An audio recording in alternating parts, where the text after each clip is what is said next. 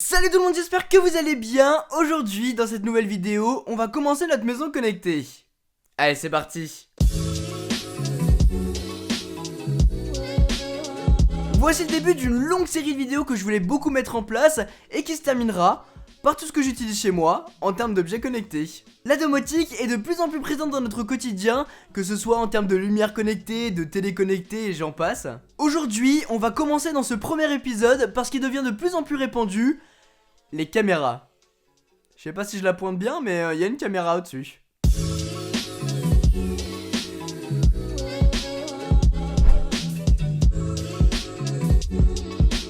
Il en existe plein sur le marché, mais ça devient de plus en plus abordable pour vous. Celle dont on va parler aujourd'hui, c'est la C6B de EasyViz, et merci à eux de me l'avoir envoyée et de sponsoriser cette vidéo. La boîte, elle est classique, très clean, et à l'intérieur, on va retrouver tout ce qu'il faut. On a la caméra connectée Wi-Fi, la base pour la mettre au-dessus, l'adaptateur secteur, des câbles et beaucoup d'autres accessoires pour pouvoir la fixer où vous voulez. Déjà parlons du design, ça fait plaisir de voir une caméra qui n'est pas dégueu esthétiquement. Il y a mieux, mais je veux dire, à le placer dans un salon, et bah ça fait pas tâche. Et vu comme ça, on dirait pas mal Wally ou Eve dans Wally. Elle a un design du coup plutôt moderne et on a un paquet de fonctionnalités dessus. C'est une caméra avec un moteur à l'intérieur permettant de la faire pivoter de haut en bas à 130 degrés et la faire bouger de gauche à droite à 340 degrés. Celle-ci n'est pas résistante à l'eau, mais d'autres modèles de la même marque le font. Ça dépendra de ce que vous voulez en faire. Celle-là, c'est vraiment pour un usage dans la maison. Dessus, on a une vision nocturne jusqu'à 10 mètres pour les plus inquiets d'entre vous. Et vous pouvez l'activer manuellement depuis les réglages de la caméra directement, ou bien elle le fait automatiquement lorsque la lumière devient trop basse. Au dos, on a un port Ethernet pour avoir accès à la caméra partout dans le monde si jamais vous le reliez par câble. Si vous le faites pas, vous y avez toujours accès, mais en mode Wi-Fi, donc il faut rester sur le même réseau Wi-Fi. Et à partir de là, et directement depuis l'application, vous avez un visuel de ce que voit la caméra. On me voit totalement en train de filmer du coup. Voilà. Pour ce qui est de la sécurité, ce qui est quand même le plus important sur une caméra connectée, on va pouvoir recevoir des notifications directement sur son smartphone dès que la caméra détecte un mouvement. Et ce qui est encore plus fort, c'est que si vous activez la fonctionnalité, dès qu'elle entend un bruit, elle va se tourner automatiquement et déclencher l'enregistrement. Si c'est votre chat ou si c'est votre chien, et bien vous allez même pouvoir les engueuler directement grâce à la conversation bidimensionnelle. Et j'avais vraiment envie de dire ce mot, ça fait un peu Ready Player One. En gros, on a un haut-parleur pour pouvoir écouter ce qui se passe dans la pièce, et on a même un micro permettant de pouvoir discuter avec les gens qui sont dans cette même pièce. Exemple, j'appuie sur Speak, je sais que t'es dans la pièce. Petit coquin, tu passes à la caméra. Oui. Voilà. Descends du canapé! Et ce qui est plutôt sympa, et c'est commun à toutes les caméras de sécurité je pense, c'est qu'on a un grand angle de base permettant de capter un maximum d'informations dans la pièce.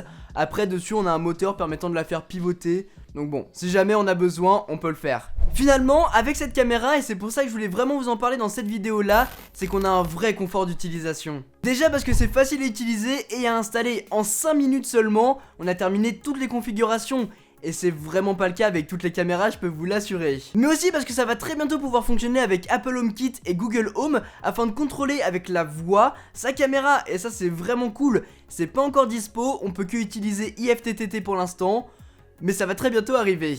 Pour plus d'intimité, on a le mode privé qui va retourner la caméra dans sa base et va couper l'enregistrement audio et l'enregistrement vidéo automatiquement. Et ça c'est vraiment cool, c'est quelque chose que tout le monde demande et c'est présent. Dessus on va pouvoir mettre une carte micro SD jusqu'à 128 Go et ce qui peut être plutôt cool pour enregistrer directement ce qui se passe dans la caméra. Dessus on n'a pas de cloud compatible avec, donc vous savez en général avec ce genre de caméra on peut utiliser un cloud à côté. Comme ça dès que ça enregistre ça va dans ce cloud et on peut y avoir accès partout dans le monde. Là c'est pas le cas, il va obligatoirement falloir aller chercher la carte SD au dos de la caméra pour consulter ces fichiers. Et puis ça fonctionne très bien au sein de son écosystème. Si vous achetez d'autres caméras ou d'autres détecteurs de la même marque, eh bien elles fonctionnent ensemble via la même application. Et ça peut être vraiment cool. Le problème c'est qu'il faut acheter la même marque. Et directement depuis l'application, on peut gérer du multicam en ajoutant des caméras si vous en avez plusieurs. Et ça c'est vraiment cool. On verra très bientôt si on le fait ou pas. Quand je vous disais tout à l'heure que je voulais vous présenter une bonne caméra avec des bonnes fonctionnalités pour pas cher, c'est parce que celle-ci coûte 90 € sur Amazon en ce moment. C'est totalement fou. Je sais que beaucoup d'entre vous n'aiment pas claquer de l'argent inutilement dans des fonctionnalités qui vont pas leur servir. Et bien là, c'est vraiment une caméra permettant de faire un pas dans le milieu, permettant d'investir un petit peu pour avoir une caméra chez soi.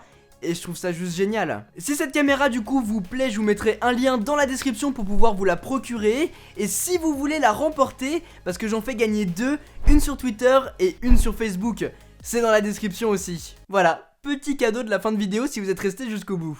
N'hésitez pas à me dire dans les commentaires les amis si cette série sur la maison connectée vous plaît. Et on a encore beaucoup d'autres objets à voir. Si vous en avez en préférence, n'hésitez pas à me l'indiquer en commentaire et puis ça fera peut-être l'objet de la prochaine vidéo. En tout cas les amis, j'espère vraiment que cette vidéo vous a plu. Si c'est le cas, n'oubliez pas de mettre un petit pouce bleu, ça me ferait super plaisir. Et à vous abonner si ce n'est pas déjà fait. Suivez-moi sur Facebook et sur Twitter pour pouvoir participer au concours. De toute façon, je vous laisse toutes les modalités de participation dans la description. Sur ce, c'était Quentin, passez tous une très bonne journée.